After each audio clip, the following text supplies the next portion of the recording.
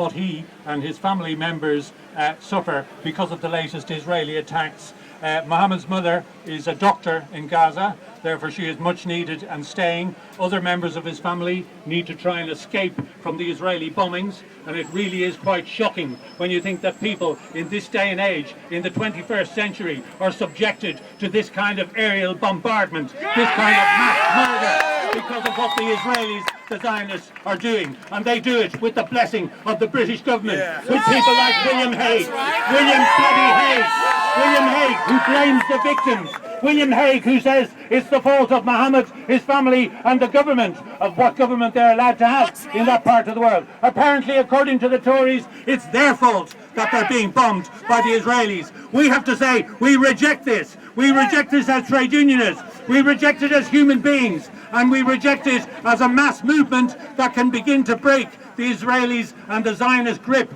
on the Middle East. Because actually, is this a rerun of 2008?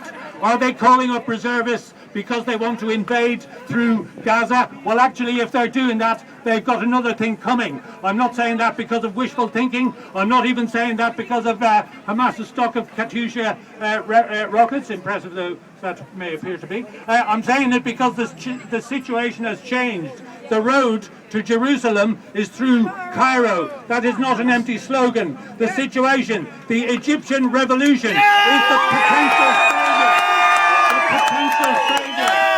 The Egyptian revolution is the potential savior of the Palestinian people who have been abandoned since the appalling Nakba of 1948 in the middle of the last century. The Egyptian government is now, well, it's some kind of a mishmash government, but it knows it's put there by the revolutionary power of the mass movement of the Egyptian trade unionists, the Egyptian working class, the Egyptian people. We have to look to that as the possible salvation. That means that in practical terms, actually, if we want to get a bit militaristic about it, the Israeli troops won't be able to go in through the south of the Gaza Strip across the Rafah crossing. At least we have to make sure that Mohammed Morsi gets the message strolled away from here. We do not want any Israeli troops to be allowed anywhere near the Rafah crossing in the north of Egypt and the south of the Gaza Strip. So there are great potential for actually changing the map, changing the politics and bringing victory to the Palestinian people. In the meantime, we say to Cameron, don't be going around the world in our name on your arms sales, trying to prop up the dictatorship,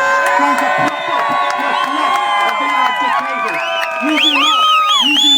You do not do these arms sales and arms tours in our name. You do not go around saying, well, somebody else will sell them anyway. The argument of the drug pushers, the argument of the people traffickers. If someone else didn't do it, if we didn't do it, someone else would do it. We do not accept that from Cameron. We do not accept it as trade unionists. We do not accept it as human beings. And therefore we look to the possibility of stopping the collaboration between the British government and the US government. We put demands on Barack Obama. He's been re-elected by 2 million votes. Okay, so he squeaked in quite comfortably, but actually we want to change the policy. We want real support for the Palestinians and the withdrawal of the huge amount of military and other aid that goes to the Zionist state.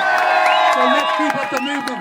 Let's prepare for action. Every action that we can do, from writing letters to blocking tram tracks to occupying Marks and Spencers, whatever we think we can do to support the Palestinians. Victory to the Palestinians, victory to the Gazans, and victory to my friend Mohammed and his family under the bombs tonight. Victory to Palestine. Viva Palestina! Viva, viva Palestina! Viva, viva Palestina! Viva, viva Palestina! Viva, viva Palestina! Viva, viva Palestina! Viva, viva